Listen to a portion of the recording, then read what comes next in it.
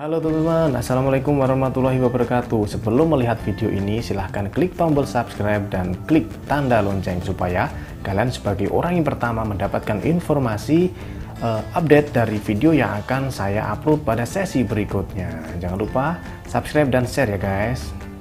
Teman-teman, sahabat Iranseti dimanapun teman-teman berada, jumpa lagi dengan saya Yogi Pradana Marta. Kawan-kawan, di video kali ini saya akan sedikit mengulas tentang makanan harian untuk penderita GERD, anxiety, MAH, asam lambung dan sebagainya, gitu ya. Tapi sebelumnya saya informasikan dulu tentang makanan-makanan yang sebaiknya dihindari ketika kita mengalami masalah lambung, gitu ya. Ini informasi ini saya dapat dari beberapa dokter ya. Yang pertama adalah jagung, teman-teman. Teman-teman harus menghindari jagung dulu ketika teman-teman mengalami masalah lambung, mengalami masalah pencernaan, GERD, anxiety, dan sebagainya. Karena memang jagung itu sulit untuk dicerna, teman-teman. Biasanya kalau teman-teman makan jagung, nanti keluarnya itu juga akan berupa butiran-butiran jagung lagi, gitu. Jadi memang sulit untuk dicerna. Kemudian ada juga, kalau dari lauk ya, itu ada semacam ikan laut, tapi yang dikeringkan.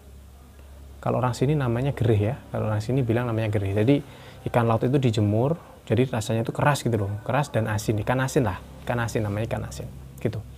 Itu juga harus teman-teman hindari. Kemudian ada juga nasi ketan, teman-teman. Nasi ketan ini juga teman-teman hindari, nasi ketan, karena itu teksturnya sangat lengket-lengket gitu, jadi itu meningkatkan produksi asam lambung juga. Kemudian untuk buah-buahan yang teman-teman harus hindari itu diantaranya adalah semangka, kemudian durian, kemudian pete jengkol ya, kemudian juga ada tomat juga ya. Nah, itu yang harus teman-teman hindari. Kemudian untuk makanan, ini banyak sekali teman-teman yang bertanya kepada saya untuk makanannya apa sih mas gitu ya, makanan sehari-hari gitu ya. Nah, ini berdasarkan pengalaman saya dan nanti dipadukan dengan informasi yang diberikan oleh dokter gitu ya, kita padukan bersama-sama. Kalau dulu teman-teman, saya pas waktu sakit GERD ya, asam lambung gitu, itu memang bulan pertama sampai bulan kedua itu memang saya sama sekali belum pernah mendapatkan informasi terkait tentang GERD, asam lambung, anxiety, itu sama sekali saya masih belum mendapatkan informasi apapun ya. Cuma ada dua saudara saya ya, ada yang laki-laki ada juga yang perempuan itu bilang kalau ini adalah lambung, ini adalah sakit lambung, sakit pencernaan gitu. Cuma saya belum paham saat itu ya. Jadi selama 1 bulan, 2 bulan, 3 bulan itu saya masih bingung. Saya ini sakit apa sih gitu.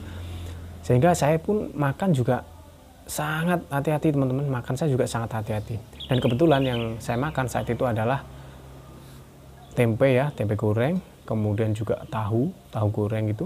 Kemudian juga ada telur. Telurnya saya kukus teman-teman ya. Telurnya saya kukus, saya rebus. Kemudian untuk sayurnya biasanya saya setiap hari saya itu konsumsi bayam, kemudian ada wortel, kemudian ada daun kelor ya, sayur kelor itu setiap hari teman-teman, setiap hari. Lantas seperti ini, orang yang kena gangguan pencernaan teman-teman ya, orang yang terkena gangguan pencernaan, kemudian makannya itu mutih terus. Sebenarnya makan mutih itu sehat teman-teman ya, dalam artian makan yang bening-bening gitu loh ya, itu lebih sehat. Tapi memang efeknya itu kita agak sedikit lemes biasanya ya, ada sedikit lemes, kurang semangat, itu karena faktor makanan. Nah, jadi teman-teman selama 1 bulan, 2 bulan, 3 bulan itu makanan saya setiap hari gitu terus ya. Setiap hari itu kayak gitu, tempe, tahu, kemudian telur rebus. Kalau gitu nanti ikannya ikan laut gitu ya, ikan laut. Tapi kalau untuk teman-teman yang ini ya, yang gangguan pencernaan itu untuk ikan untuk ikan tongkol itu kurang cocok teman-teman ya, karena itu ada asam, ikan tongkol itu asam. Nah gitu, itu adalah makanan sehari-hari saya dulu. Nah ketika saya sudah tahu teman-teman ya, udah tahu ternyata memang masalah pencernaan ini ada faktor dari makanan juga ya gitu. Tapi tidak semuanya itu dari faktor makanan. Karena kalau kita udah terlanjur sakit gitu ya, sakit GERD, asam lambung, anxiety gitu, itu yang mendominasi adalah pikirannya, sudah kepikirannya. Jadi kita itu takut ini, takut itu, cemas dan sebagainya, gelisah, itu kepikirannya. Jadi untuk makanannya gini, untuk makanan harian teman-teman bisa menirukan apa yang saya lakukan dulu ya. Jadi saya itu setiap hari makanannya itu nasi putih, nasinya juga nggak terlalu itu ya, nggak terlalu lembek, nggak, pokoknya pas-pas saja. Kemudian pakai sayur bening ya. Sayurnya bening itu komposisinya itu ya bisa sayur kelor, kemudian juga bisa dicampur dengan bayam, bisa dicampur dengan wortel. Itu setiap hari teman-teman ya, saya dulu kayak itu setiap hari. Nah kemudian lauknya bisa tempe goreng, kemudian bisa tahu goreng ya, bisa ikan laut, bisa daging sapi ya. Daging sapi bisa teman-teman ya, daging sapi bisa, asalkan tidak tidak berlebihan gitu ya, pokoknya bagus daging sapi gitu. Kemudian itu bisa teman-teman makan ya, bisa teman-teman makan 1 bulan 2 bulan kayak gitu terus ya, gitu terus. Nah kemudian untuk buahnya teman-teman yang paling saya rekomendasikan itu adalah pepaya teman-teman ya, pepaya ya, kates kalau orang sini bilang kates ataupun pepaya. Itu sangat baik untuk pencernaan. Kemudian juga ada alpukat ya, alpukat itu juga baik. Jadi teman-teman makan itu setiap hari ya, setiap hari itu selama 1-2 bulan lah, 1-2 bulan. Nanti kalau udah menginjak ke 3 bulan teman-teman cobalah makan yang sedikit naik level gitu ya. Apa yang dimaksud naik level gitu? Kalau biasanya teman-teman itu nggak makan yang santan ya, karena kan biasanya kita kan terlalu takut gitu ya, kita makan yang santan, tapi santannya nggak usah terlalu kental teman-teman, cukup tahu itu ya, makanan dari bobor apa itu namanya, bobor bayam, pernah lihat kan, pernah makan kan? Nah itu kan campuran dari santannya kan sedikit kan itu kan. Nah itu bisa teman-teman makan ya, jadi bobor bayam kandungan santannya sedikit.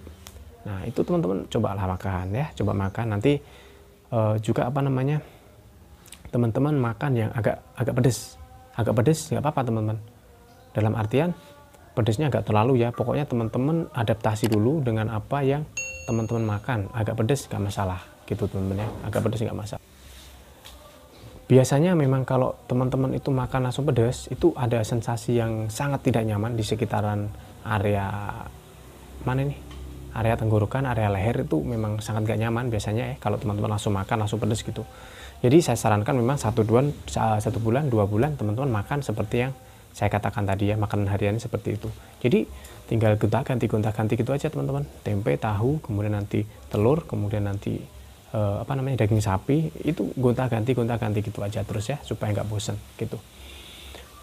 Dan itu tadi ya, setelah nanti naik ke 3 bulan ya, semoga 2 bulan aja udah sembuh ya, kan ya tergantung orangnya masing-masing kan kayak gitu kan. Menginjak ke 3 bulan teman-teman coba makan makanan yang bersantan, tapi nggak usah yang terlalu kental ya, coba dulu dirasakan makan yang agak-agak pedes, cuma merasakan, adaptasi lah ya, adaptasi supaya lambung kita ini nanti adaptasi ulang supaya kuat lagi gitu loh ya. Kalau memang nanti teman-teman habis 2 bulan makan gitu kan, kemudian teman-teman langsung makan pedas, langsung makan santan, nggak kuat teman-teman, kaget, lambungnya kaget, nanti kambuh lagi gitu ya. Jadi caranya makan sedikit-sedikit, nanti dikasih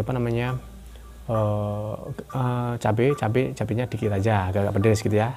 Kemudian juga santannya juga nggak usah terlalu kental-kental, cukup secukupnya untuk mencoba adaptasi. Nanti rasanya gimana, kalau memang belum nyaman dikurangi, besok dihindari, besok coba lagi, besoknya dihindari, besok lagi dicoba lagi, gitu caranya teman-teman ya. Jadi untuk adaptasi lambung itu seperti itu. Jadi lambung pun habis sakit, kesehatan juga ada adaptasinya, nggak langsung sembuh, langsung sakar PDW, langsung semaunya sendiri makan sembarang-barang gitu ya, makan semuanya, enggak kayak gitu. Jadi ada adaptasinya gitu ya.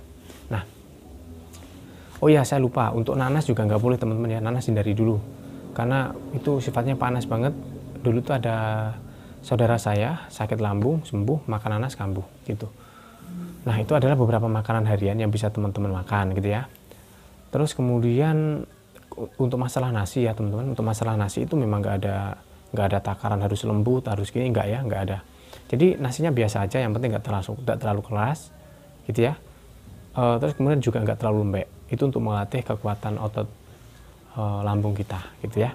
Itu teman-teman. Jadi sebenarnya juga nggak harus 3 bulan teman-teman ya, melihat kondisi masing-masing. Kalau saya itu kebetulan dulu memang 1 bulan 2 bulan itu masih seperti itu, 3 bulan juga masih seperti itu, karena ketidaktahuan saya. Jadi saya itu sembuh benar-benar yang berani kemana-mana itu 8 bulan teman-teman, baru berani kemana-mana gitu ya. Nah jadi memang sekarang itu dunia teknologi udah luas, jadi teman-teman yang menderita GERD, anxiety ini lebih mudah mendapatkan informasi melalui YouTube seperti ini, jadi penyembuhannya juga akan lebih cepat gitu ya. 1 bulan udah enakan, nanti 2 bulan insya Allah sembuh gitu ya. Kemudian juga tetap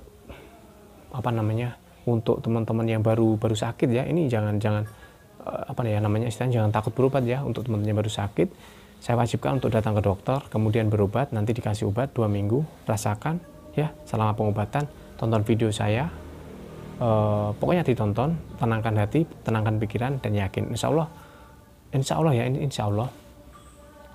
bulan insya Allah teman-teman bisa sembuh ya, dengan dibantu dengan obat dokter, pikiran yang yakin, pikiran yang matang, tidak usah terlalu cemas, tidak usah terlalu takut, tingkatkan keyakinannya gitu ya teman-teman. Nah, itu tadi adalah beberapa makanan harian yang bisa teman-teman konsumsi ketika teman-teman mengalami gangguan pencernaan ya. Kita akhiri dulu, saya Gibran Marta. Assalamualaikum warahmatullahi wabarakatuh.